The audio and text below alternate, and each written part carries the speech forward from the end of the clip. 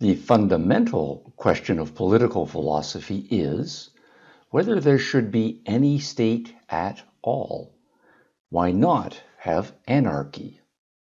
In this episode of Philosophers Explained by me, Stephen Hicks, we turn to Robert Nozick and his 1974 book, Anarchy, State, and Utopia, in which the Harvard professor of philosophy takes up the fundamental questions of political philosophy, that is, the nature of freedom, slavery, and the proper functions of government. Let's go to the text. Anarchy, State, and Utopia, a book that had large impact upon its publication in 1974, and now 2 generations later it still has great impact because it takes up fundamental questions of political philosophy, particularly political philosophy that takes morality seriously. Now, there are 3 constituent concepts in the title: anarchy, state, and utopia. Anarchy, a state of there not being a state. That is to say, there is no formal institution with a monopoly on force that's enabled to pass rules that are enforced by force in a given domain. The state being that institution that claims to have a monopoly on force in a given domain. And then utopia. Sometimes utopia, and most often it is taken to mean a kind of idealized thinking about society and politics without any expectation that that idealized fantasy can ever be made real. Sometimes it's used with not quite such a strong charge to it, that there is a value to idealized political thinking, and then there's a follow-up question about to what extent we can realize that idealized state in the real world. Now, Nozick starts off in the selections I have excerpted for us by addressing what he takes to be the most basic question of political philosophy. We're going to have a state, say, or we're considering having a state, and we're going to ask, what should the state do? Should it do this? Should it do that? And we'll have different ideas about that. But there is the prior question that needs to be addressed explicitly. Why are we considering having a state at all? Taking up what is sometimes an overly easy assumption that, well, the state is with us, the state is always going to be with us, so we might as well just accept it. And then inside that framework, we can sort out and have arguments about the details. But there is that prior question: what, if anything, justifies the existence of a state at all? So here's Nozick's phrasing of the question. The fundamental question of political philosophy, one that precedes questions about how the state should be organized, is whether there should be any state at all. Why not have anarchy? That is to say, there's just individuals, and they go off and they do their various things, and maybe they form voluntary associations, families, businesses, sports teams, religious worship, and so forth, but there is no government. So let's consider what that would be like and what problems, if any, might arise that might justify the existence of state.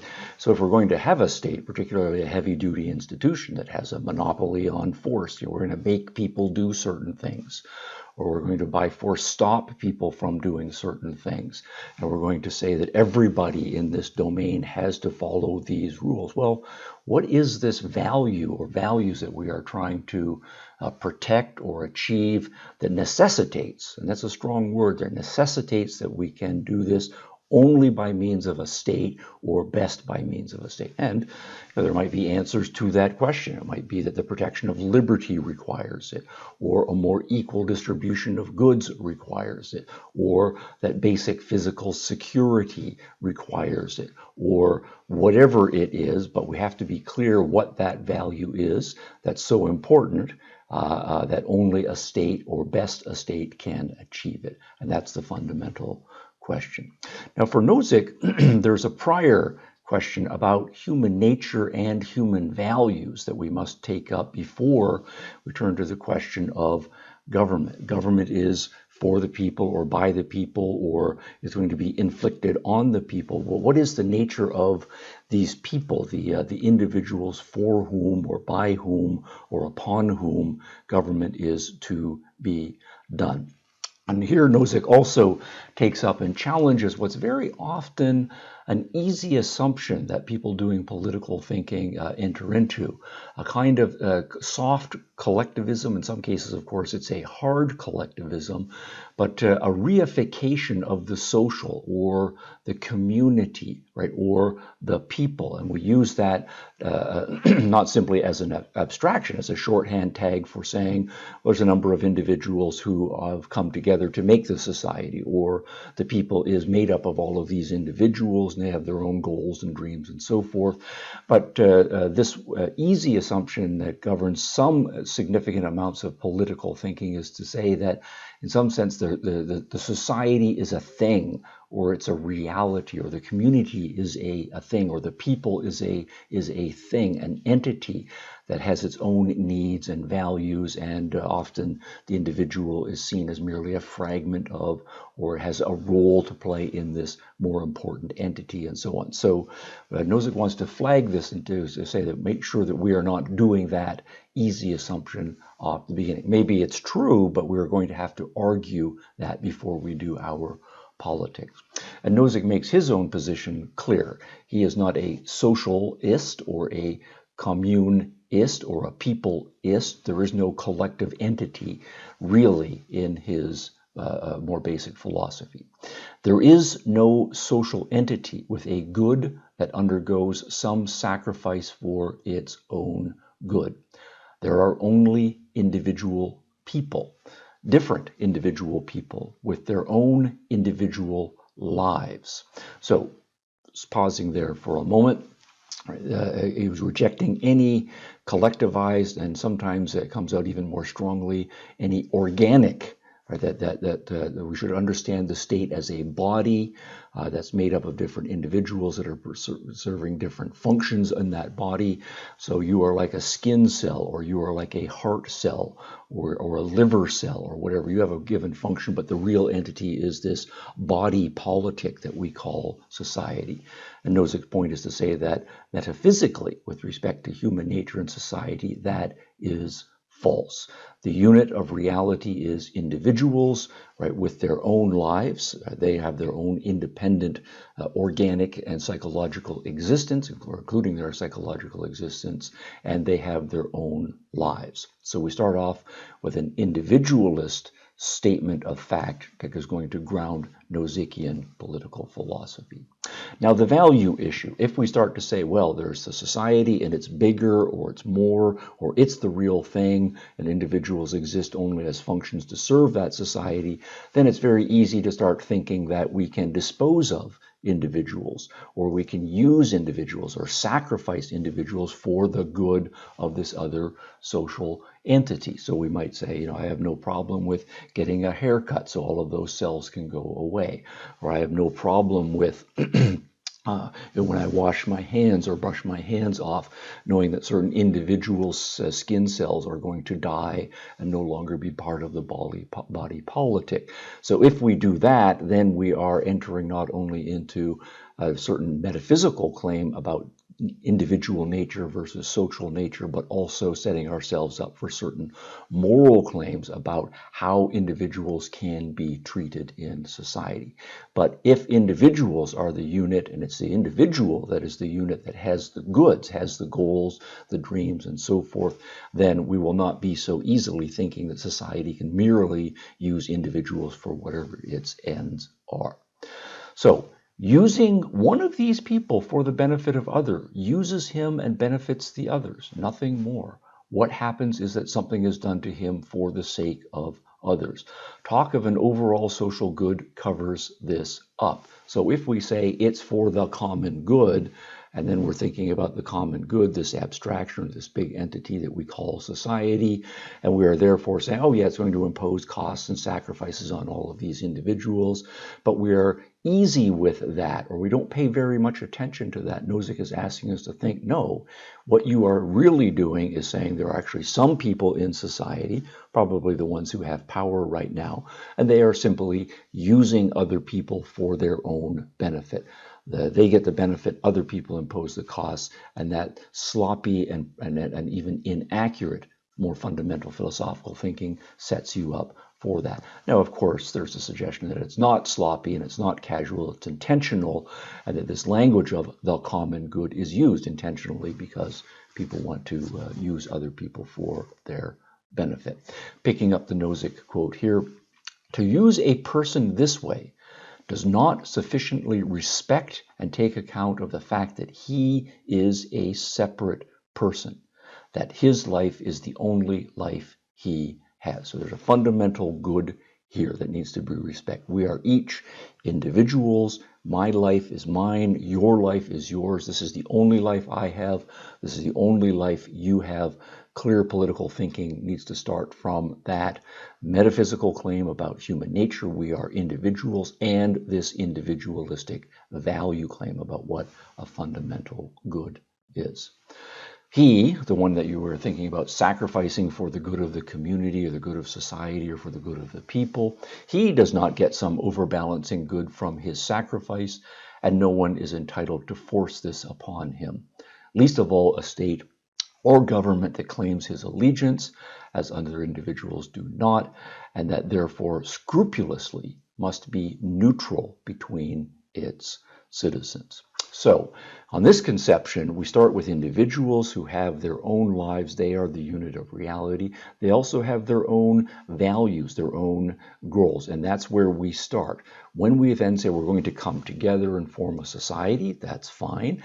If we're then going to say we're going to need to have a government to achieve certain things or protect certain things in government, in society, that also is fine. But we must be scrupulous in assigning these powers to the government in a way that does not override the reality of the individuals and the fact that their lives belong to them.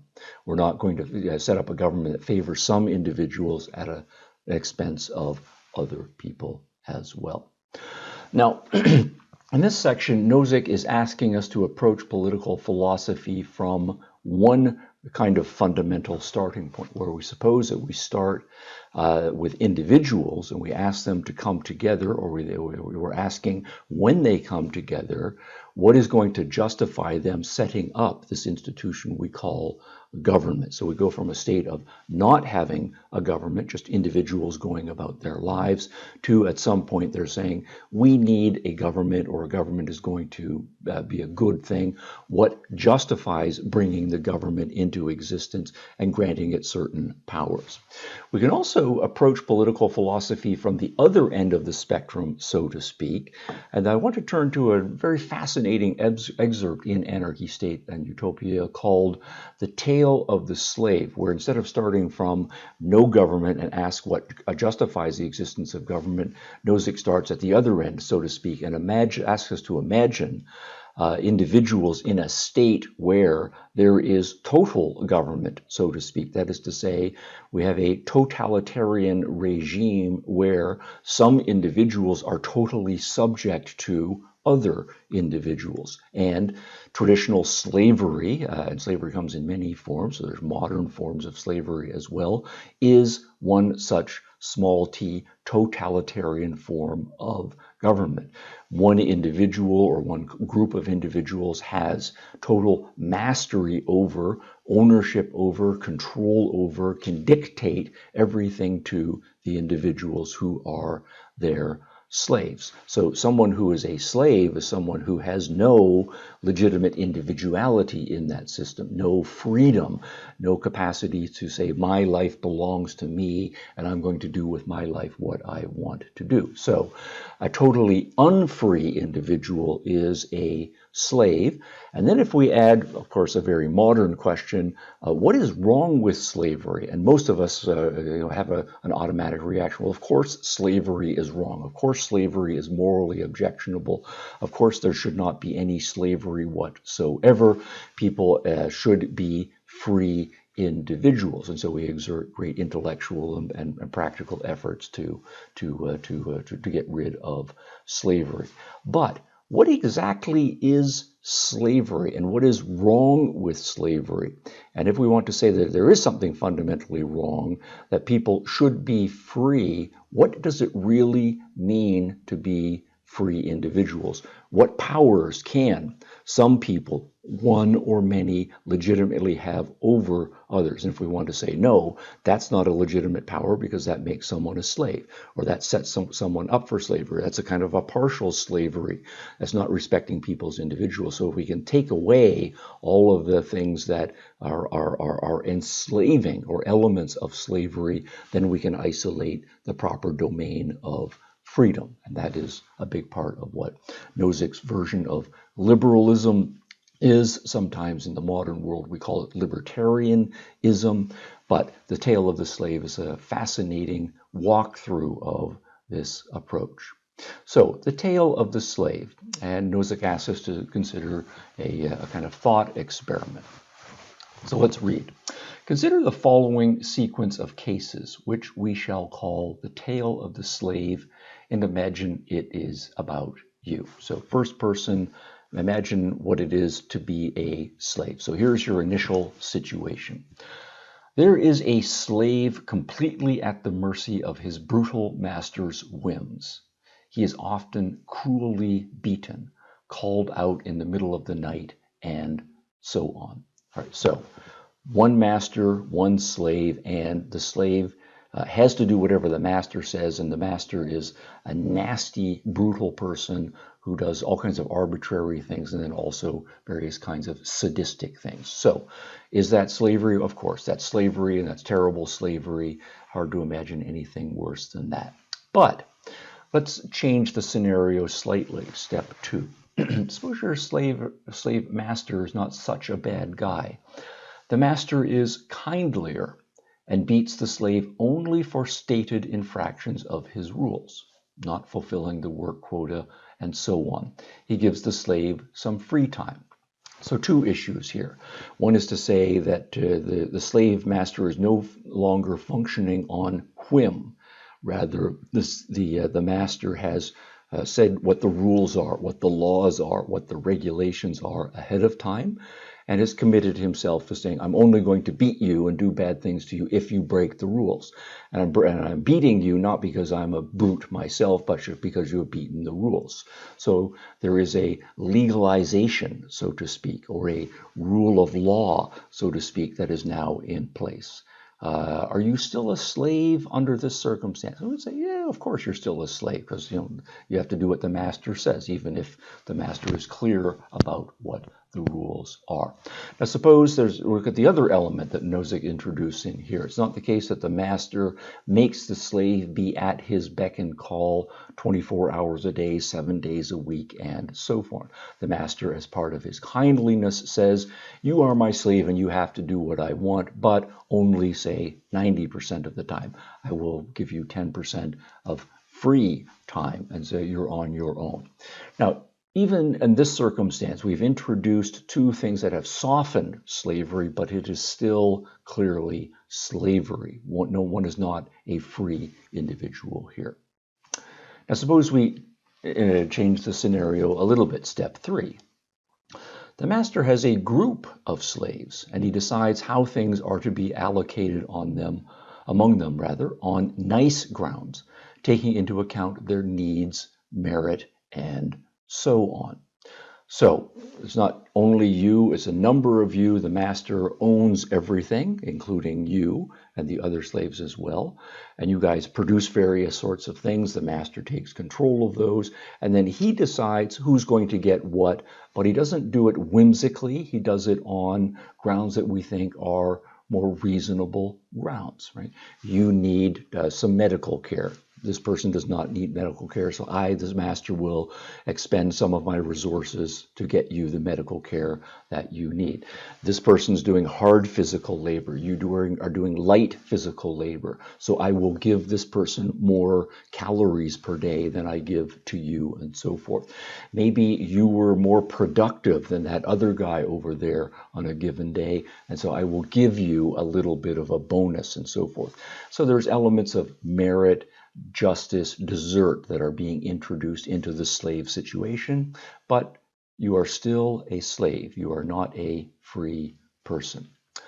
Now, step 4. Suppose we do the following. The master allows his slaves 4 days on their own and requires them to work only 3 days a week on his land.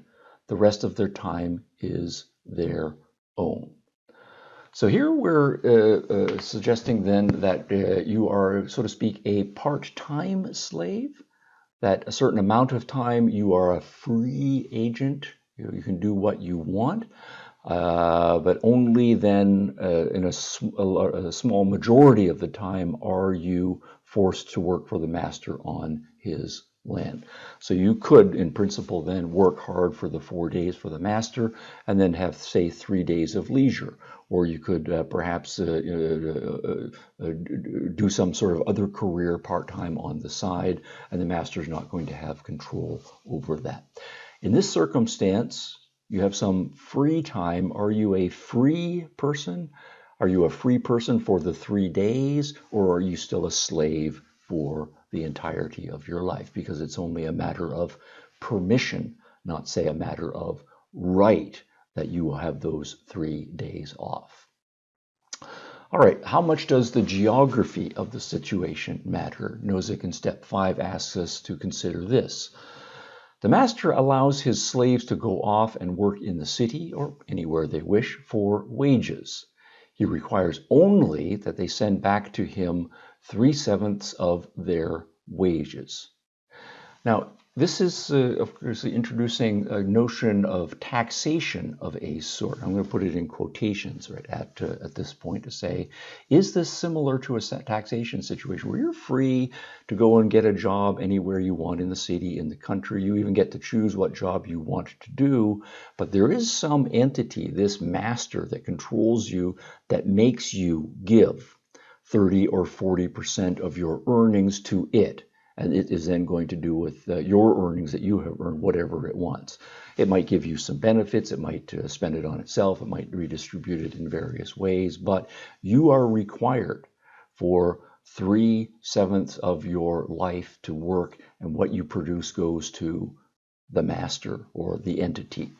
Are you still a slave in this situation? Would we say that you're part-time slave? Because you do have a lot of freedom in this situation. If we say taxation and we take the quotations away, are we then saying that taxation is a kind of forced working for the government, but the government is just a new name for a master that makes you work and send your income to it and so forth? Okay, carrying on though. He further retains the right to restrict the slaves from participating in certain dangerous activities that threaten his financial return. For example, mountain climbing, cigarette smoking. So yeah, you go off and work in the city, do whatever you want, and so forth. But I own you, and I want to get a good return on my investment in you. So I want this 3/7 of your income to be as much as possible. Anything that threatens that, I have the power to stop you from doing that. So maybe I'm not going to let you ride your bicycle without a helmet. I'm going to make you wear a seat belt. I'm going to make you do this, that, and the other things, eat nutritious food, and so forth. And so I'm still controlling you in all of those areas of the life, and I have the power to do so. In that case, with those kinds of restrictions on what you are allowed to do, are you still a slave? And here Nozick is introducing various kinds of paternalistic measurements the governments sometimes will do.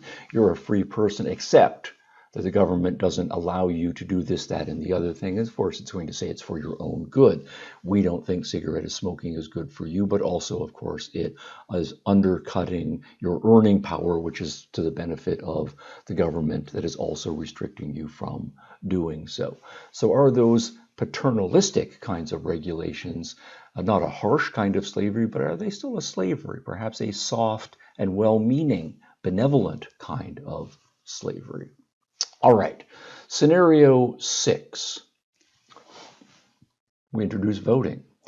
The master allows all of his 10,000 slaves, except you, to vote, and the joint decision is made by all of them. There is open discussion and so forth among them, and they have the power to determine to what uses to put whatever percentage of your and their earnings they decide to take, what activities legitimately may be forbidden to you, and so on. All right, so pausing here. So suppose then we say the scenario started off with you had one master and you, but suppose the master then takes on a certain number of partners. He then says, I'm going to sell part of my ownership of you to this other person. So I'll have a 50% share and this other person will have a 50% share.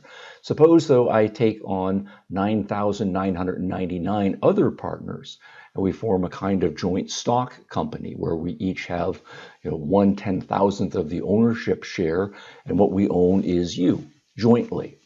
And as part of this, we, of course, have all kinds of discussions about what we are going to do with you, and we are going to put it to a vote. Now, in that situation, are you still a slave? But it's not the normal traditional kind of slavery where you have just one master, or you're owned by a family. Say you've got 5, 6, 7, 8 masters. Now you've got 10,000 masters. You are owned, so to speak, by the number of people that could populate a village or a small town. So now Nozick asks us to pause and consider this kind of transition, because this is a fairly significant transition that he's introduced here. Let us pause to take, in this sequence of cases, to take stock. If the master contracts this transfer of power so that he cannot withdraw it, you have a change of master. You now have 10,000 masters instead of just one. Rather, you have a 10,000-headed master. Perhaps the 10,000 even will be kindlier than the benevolent master in case 2. Still, they are your master. However, still more can be done. A kindly single master, as in case 2 above, might allow his slaves to speak up and try to persuade him to make a certain decision. The 10,000-headed master can do this also. So, the 10,000, suppose the original master has even sold out his share. He's gone away, he's retired or whatever, and you are now totally owned by the remaining 9,999 people. They can do whatever they want with you, and they're going to do so by voting. Suppose, though, they allow you to enter into the discussion. They can do that or not allow that. Would that make any difference to your status as a slave? And that's the next scenario. Step 7. Though still not having the vote, you are at liberty. All right, so there's the word liberty, freedom. You're going to have some measure of it. You are at liberty and are given the right to enter into the discussion of the 10,000, to try to persuade them to adopt various policies and to treat you and themselves in a certain way. They then go off to vote and decide upon the policies covering the vast range of their powers. So suppose in the individual master case, the individual master had said, you are not allowed to engage in mountain climbing because I think that's too dangerous. And the 10,000 also say, we don't want you to do mountain climbing because we think that is too dangerous. We would lose a valuable asset. We would lose the 3/7 of income that comes to us if you were laid up from a mountain climbing injury or even killed. So in that case, clearly you are a slave. Now, if they then say, well, we're open to this mountain climbing thing or not, tell us what's going on here, try to convince us that you should be allowed to do mountain climbing, and you can make your case. But if you do not have the right freely to go mountain climbing because you choose to do so, if you are having to ask permission of the 10,000, and they might say yes and they might still say no, are you not then still a slave? In appreciation now, step 8, to your useful contributions to the discussion, the 10,000 allow you to vote if they are deadlocked. They commit themselves to this procedure. After the discussion, you mark your vote on a slip of paper, they go off and vote. In the eventuality that they divide evenly on some issue, 5,000 for and 5,000 against, they will look at your ballot and count it in. So here we are talking obviously about voting and democratic procedures and so on. Suppose we now say, no, we're not talking about slavery anymore. We are talking about democracy in a pure sense. The 10,000 people, including you, can do anything that they want as long as they do it by means of voting procedures. And so with respect to you, they can decide, this is the job we want you to do. These are the things that we don't want you to do on your free time. And we're going to require you to send a certain amount of your income to us for purposes that we are going to decide. You can enter into debate and discuss about the appropriateness. We'll even let you vote, but your vote is only going to count in cases where it's going to make the one vote difference when we are deadlocked. Are you, in that circumstance, really free? Or are you still under the power of other people? In this case, still you have 10,000 voting masters rather than one not voting master. And then step number 9, they throw your vote in with theirs. Okay. Pure democracy. If they are exactly tied, your vote carries the issue. Otherwise, that is to say, your vote makes no difference to the electoral outcome. The question is, which transition from case 1 to case 9 made it no longer the tale of a slave? And that is meant to be, of course, a thought-provoking question as we think through all of the elements of traditional slavery, but also traditional democratic republican politics that most of us are familiar with now in the modern world. But is it the case that we really have thought all the way through the nature of slavery and we are really committed to freedom? Or is it the case that in various ways we've just changed the names of the system, or we've done it on a piecemeal basis without realizing that quite what we are doing is introducing little elements of slavery here, little elements of slavery there that cumulatively add up to significant amounts of slavery that are in practice not that indistinguishable from traditional forms of slavery. So if, for example, we say, well, no, the government is nice and really is trying to look after us, so we're not slaves of the government. Well, is that really any different than having a traditional slave master who is nice, maybe likes his slaves and really wants to look after the slaves and give them some nice things, but that still is slavery. Is it a matter of the rule of law? We say, well, we have a constitution, we have regulations, these things are written down, they're published, they're announced. But if it's the case that those laws, right, are not respecting your freedom and you're only beaten or punished because you've broken a law, is the rule of law something that makes you a free person? Or is it not the case that under traditional slavery, there's a kind of rule of law if the master makes it very clear what the rules are and so forth? Is it a matter of having choices of careers where under traditional slavery, a master might assign you a job and the master might then say, okay, well, I'm not going to be such a harsh master. I'm going to give you a choice of 2 or 3 jobs. You could become a blacksmith, you could become a field hand, you could become a carpenter.